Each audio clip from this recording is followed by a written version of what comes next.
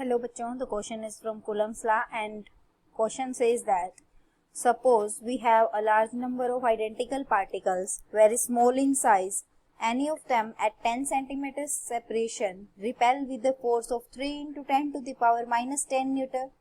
Suppose you measure the repulsion and find it 6 into 10 to the power minus 6 Newton. How many particles were there in the group? सो हमारा जो यहाँ की concept use होगा वो क्या है? की कंसेप्ट हमारा है कि हमें क्या यूज करना है, कूलम्ब्स फोर्स यूज करना है और इसका फॉर्मूला है के Q1 Q2 divided by are square, जहाँ पे आर हमारा डिस्टेंस या between the two charges, Q1 charge on first charge और Q2 हमारा सेकेंड चार्ज के ऊपर। के हमारा क्या एक कांस्टेंट होता है जो है 1/4 पाई एप्सिलॉन नॉट और इसकी वैल्यू हमारी है 9 into 10 to the power 9।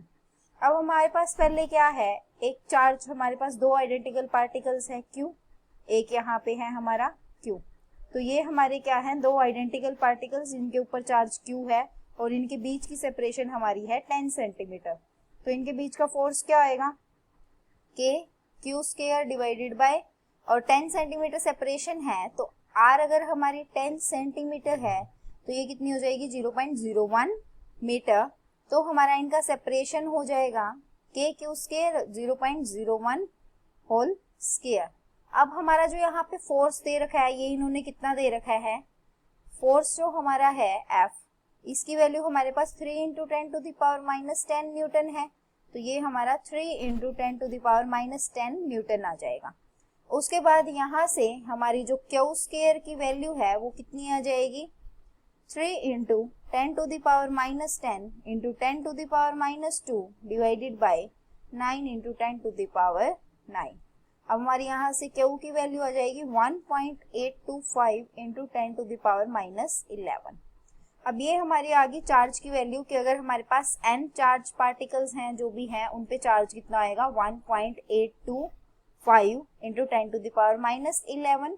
अब हमारे क्वेश्चन के अकॉर्डिंग क्या है, हमारे क्वेश्चन के अकॉर्डिंग क्या है कि जो फोर्स ऑफ रिपल्शन है and it is 6 into 10 to the power minus 6, तो 6 into 10 to the power minus 6 है।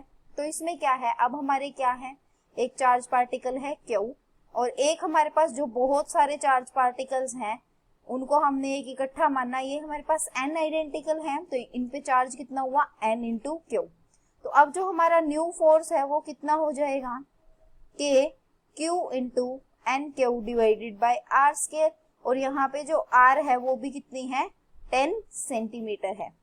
अब इसके बाद हमारा क्या होगा, इसके बाद हमारा होगा कि जो फोर्स है न्यू ये किसके इक्वल हो जाएगा, के हमारा क्या है 9 into 10 to the power 9, Q हमारा 1.825 into 10 to the power minus 11, इसका हम स्क्वायर राइट कर सकते हैं, और n हमारे पास है और इसके डिवाइडेड बाय r स्क्वायर मतलब 0.01 का स्क्वायर। तो यहाँ से हमारी f न्यू की वैल्यू जो आ जाएगी वो कितनी है, f nu is equal to 3 into 10 to the power minus 10 into n Newton. अब हमारे पास जो इन्होंने फोर्स दे रखा है वो कितना है 6 into 10 to the power minus 6। अब फोर्स जो है हमारा वो क्या दे रखा है, नया force 6 into 10 to the power कितना है माइनस 6, ये कितना है 3 into 10 to the power minus 10 into n।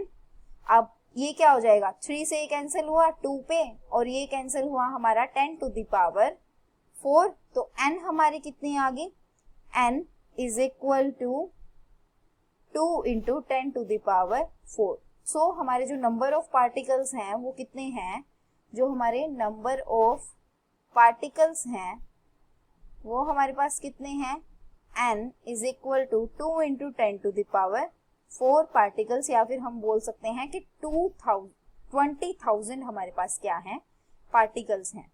Thank you, hope you understood it well.